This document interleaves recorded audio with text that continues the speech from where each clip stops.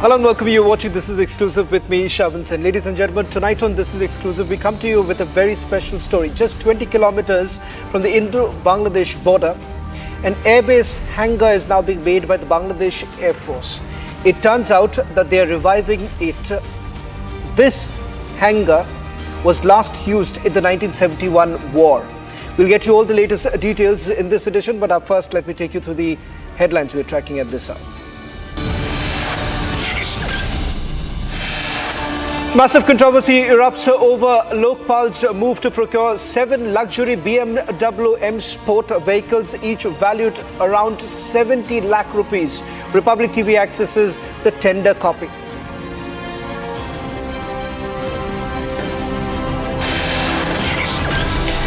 Bangladesh building a large hangar for fighter jets that they are acquiring from China close to India's sensitive chicken's neck, raising alarm bells.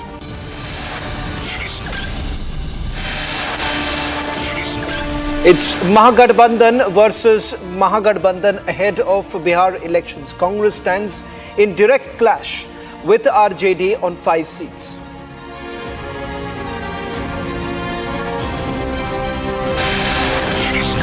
After India's precision strikes hammering Pakistan's spooked, Islamabad calls for dialogue with New Delhi.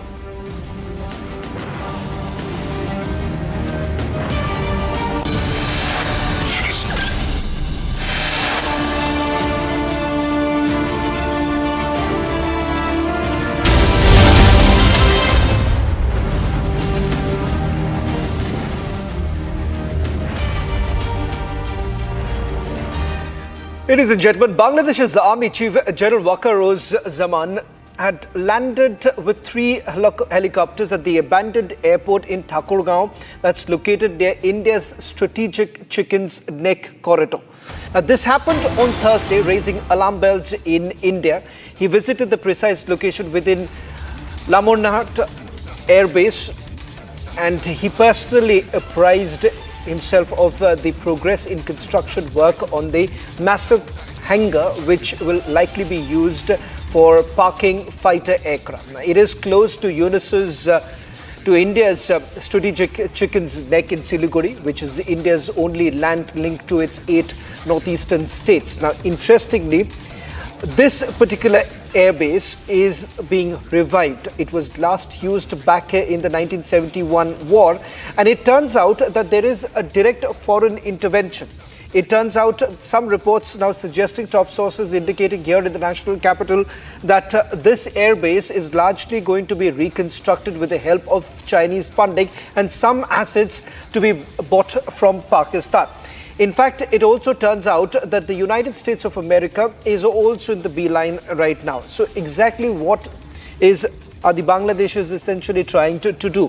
Now, this particular airbase, the details of which we're going to put out in a short while from now, which essentially indicates that it's large enough to basically house about 10 to 12 fighter jets. These fighter jets that are likely to be brought in are from China. There is also a strategic deal that is likely to be signed between Bangladesh and China, and the aircraft, after being procured, would be placed at these very places. Now, what I'm showing you right now, these are pictures that came in just about a few days ago when there was a sudden visit that was made by Bangladesh's army chief. And it turns out that once he landed, he did actually take stock of the situation on the ground. How far has the construction work progressed? Because remember, over the last 6 months, the construction work has been going on. On your screens right now, why there is a direct threat to the Chicken's Neck. It is about 20 kilometers from the Indo-Bangladesh border, bordering the Cooch Behar district in West Bengal, and it essentially means that Bangladesh allows the other country to take control of this particular airbase, and it would largely be some sort of a threat to the Chicken's Neck itself. However, Bangladesh says that there will be no foreign intervention, and this is only for their own national interest, which is why they're basically trying to revive an airbase which wasn't in use since 1971. It seems it is now finally being revived by Bangladesh. Let me go across to our senior editor, Moyuk, who's joining us from Kolkata newsroom. Moyuk, first with regards to the surprise visit of the Bangladesh Army Chief, and I want to go back to the visuals of the Army Chief landing at that very place. Tell us what really happened. What other details are you picking up? Well, Sean, what I'm getting from my sources in Bangladesh, a clear instruction has been given to the Mohammed Yunus government to procure land and to convert them into airstrip bases. And strangely, these are being done in areas where we have a strategic location, the chicken snake. That's the Siliguri Corridor. The place where you just mentioned, Lalmonirhat. Apart from that, there's another place called Saidpur.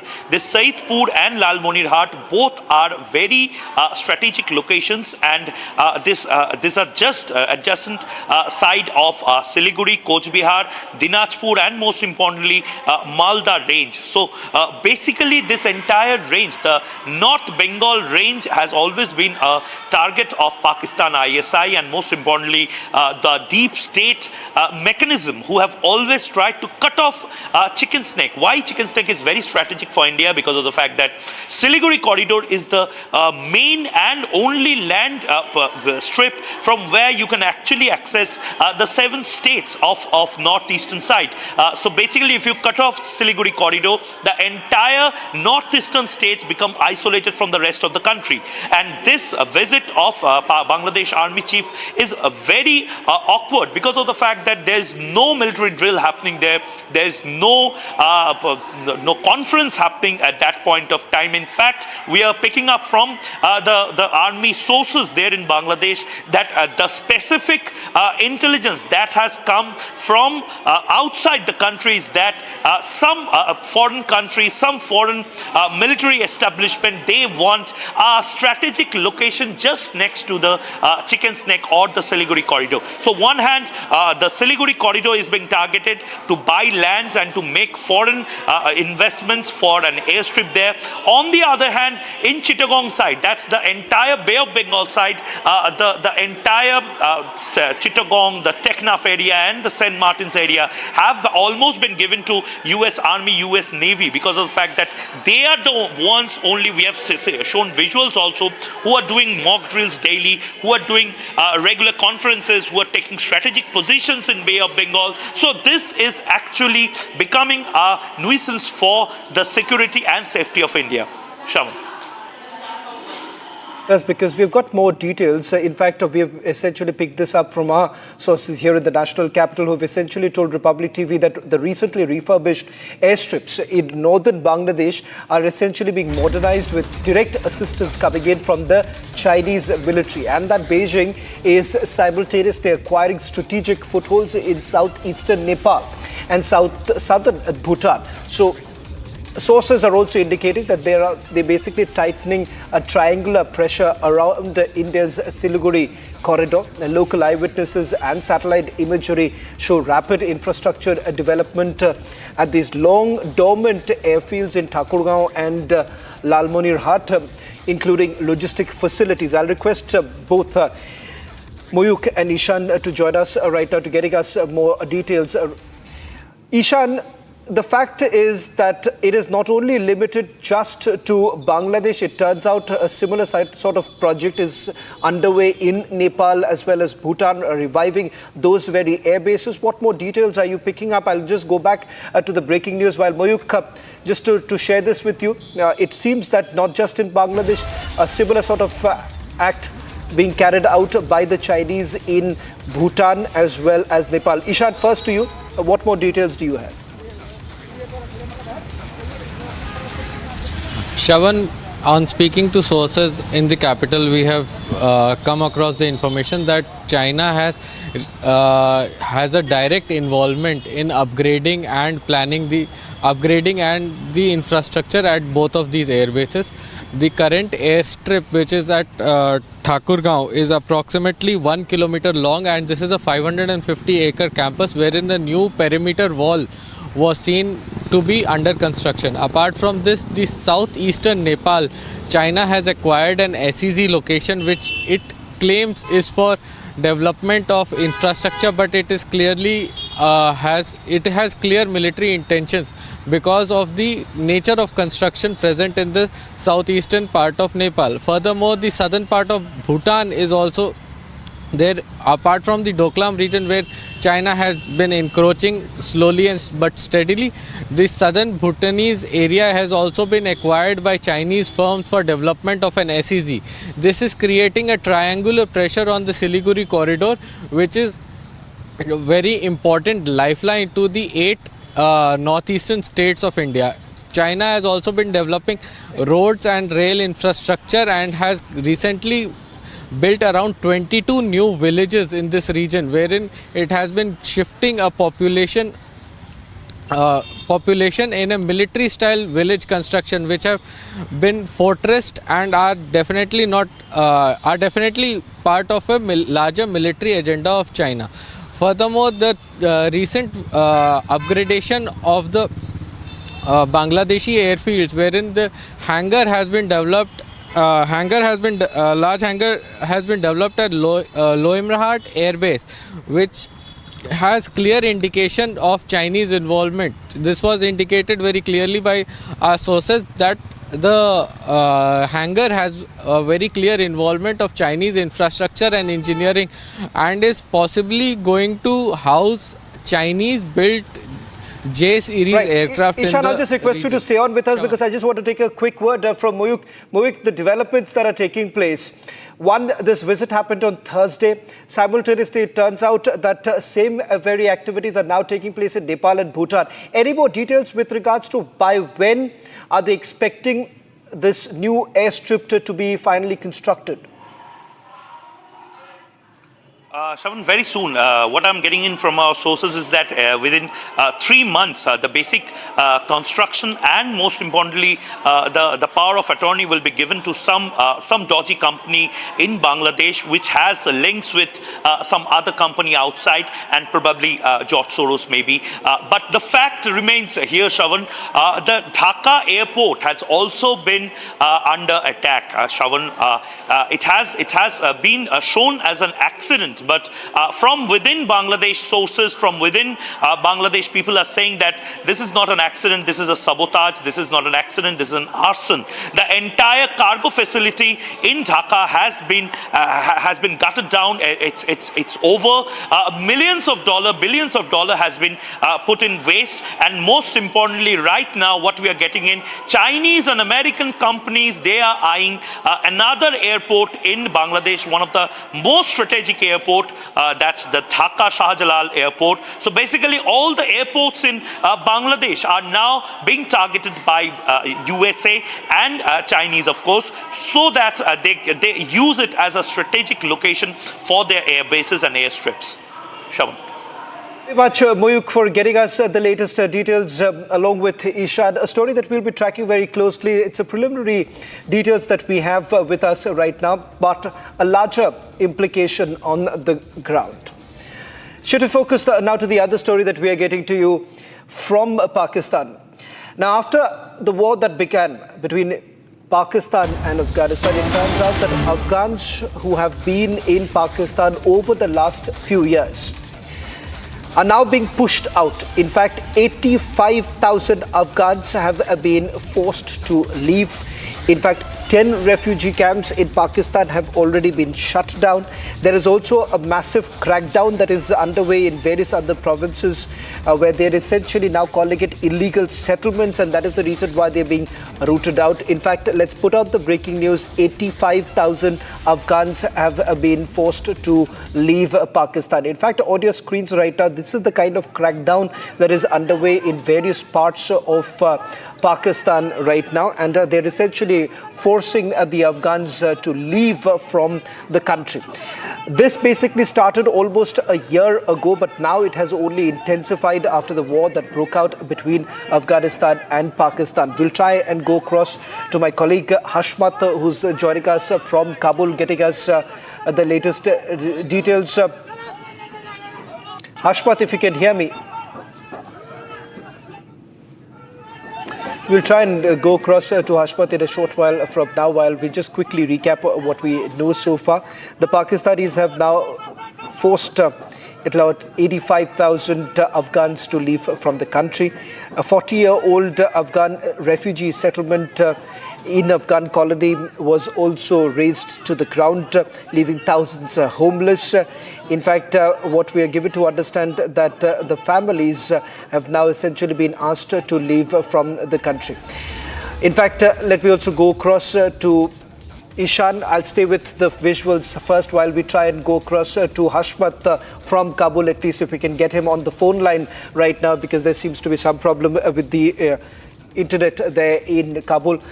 Ishan, first to you with regards to the details that we are getting in. It turns out that the crackdown has only intensified in various parts of Afghanistan.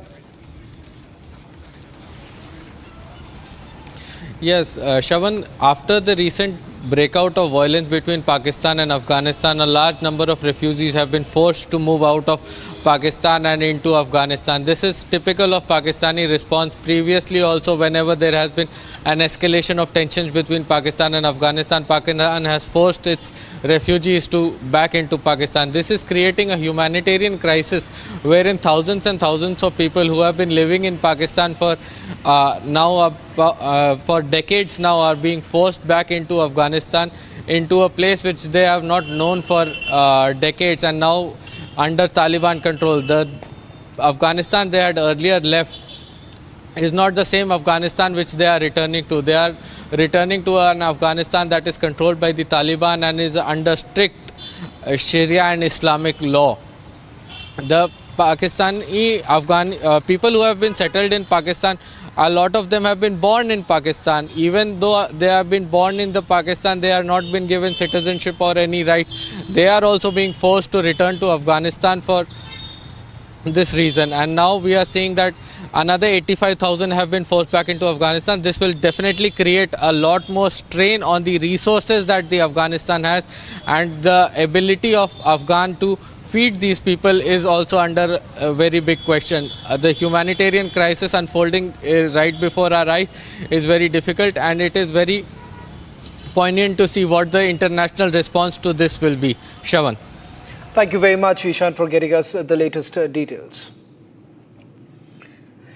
Well, in fact, a controversy has now erupted over the Lokpal's move to procure 7 luxury BMW sport vehicles, each valued at about 70 lakh rupees, with an estimated total cost of about 5 crore rupees. Now, the tender, which has been accessed by Republic TV, reveals a preference for the long wheelbase version of the BMWs, with a delivery sought within a month's time to the Lokpal's office in Vasant Kunj in the national capital.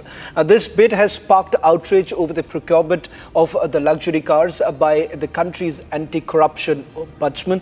In fact, the window for this entire process to be completed was barely less than a week, and now we are given to understand that the work should be completed within 30 days. Whether a contractor has been finalized is still not known at this point in time, but this tender has now been made public. Joining us from outside the Lokpal's office in the national capital is my colleague Shambhavi. Shambhavi, it turns out that there were multiple meetings that took place at the Lokpal's office. You did try reaching out to the members of the Lokpal Commission. Any more details are you picking up? What's the rationale that they are essentially given as to why do they really need 7 luxury vehicles to begin with?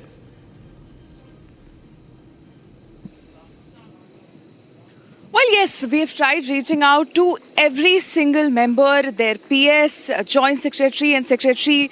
We can also show you the call log, the number of times that we have called them, but there was absolutely no response from their end, let alone giving us an answer. There was no response to the call. Nobody picked our call. So there is still a lot of ambiguity with this news, which concerns ordering of 7 high-end luxurious BMWs. What is the purpose behind it? Why specifically this particular model, BMW 330 Li? Why not some other more affordable high-end vehicle? And if this vehicle is the one that they want, is there some specific purpose that it's serving? Or were there other options considered? If yes, then what were the options? So there are still a lot of questions which remains unanswered, and we've not received any kind of response from Lokpal on this matter. Well, Thank you very much, Shambhavi, for getting us the latest details. We also spoke to Brahm Singh Tanwar, Vice President of Aam Aadmi Party, on Lokpal's BMW tender. In fact, this is what the Aam Aadmi Party had to say, and they're basically raising this question as to why exactly does a Lokpal really need this? ये Lokpal bill इसलिए चाहते थे देश की जनता कि ताकि corruption के खिलाफ कोई आवाज उठा सके और करप्शन ना हो। ये लोकपाल इसीलिए लाया गया था कि करप्शन को रोकने के लिए बनाया गया था। अगर लोकपाल ही करप्शन में फंस जाएगा, अभी जैसे आपने बताया कि 7 BMW गाड़ियां खरीदी जा रही हैं, वो भी लग्जरी गाड़ियां, जिसकी कीमत 70 से 75 लाख रुपया उसकी कीमत हो सकती है एक गाड़ी की। और लोकपाल को इतनी महंगी गाड़ी क्यों चाहिए? ये गाड़ी तो अगर सुप्रीम कोर्ट के चीफ जस्टिस को भी इतनी महंगी गाड़ी नहीं मिलती है जितनी अभी लोकपाल जी चाह रहे हैं, और इतनी गाड़ी चाहेंगे। पब्लिक का पैसा का मिसयूज हो रहा है। और फिर भी लोकपाल के लिए मान लिया एक गाड़ी ली भी जाए तो ये 7-7 गाड़ियों का टेंडर किस लिए हो रहा है? तो ये भी एक अपने आप में ही एक करप्शन है। तो ये करप्शन नहीं होना चाहिए, हम इसकी निंदा करते हैं अगर ऐसा टेंडर भरा जा रहा है तो। Well, there's no response really coming in from the Lokpal. Multiple attempts have been made by Republic TV to reach out to the Lokpal Commission to find out what's the real rationale behind getting 7 luxury vehicles within a period of just about 30 days. Well, that's all that we could pack in this edition of This is the Exclusive. Coming up, trending with my colleague Rakshita.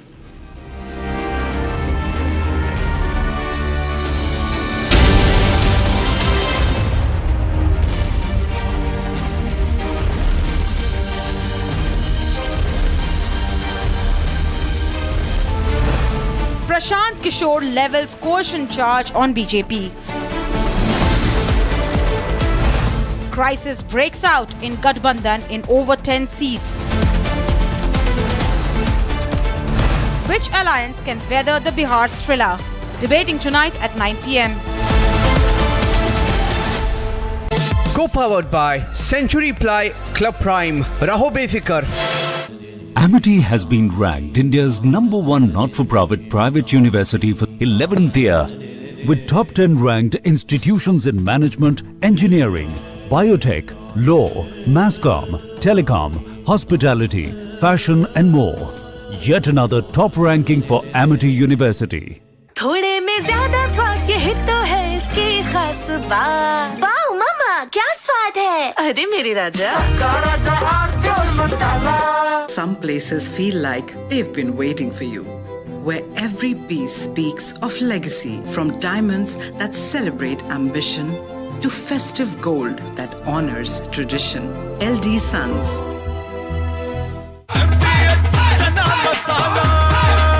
अब छोलिया हो या लोबिया, सफेद चने या काले चने, सब कुछ मजेदार बने।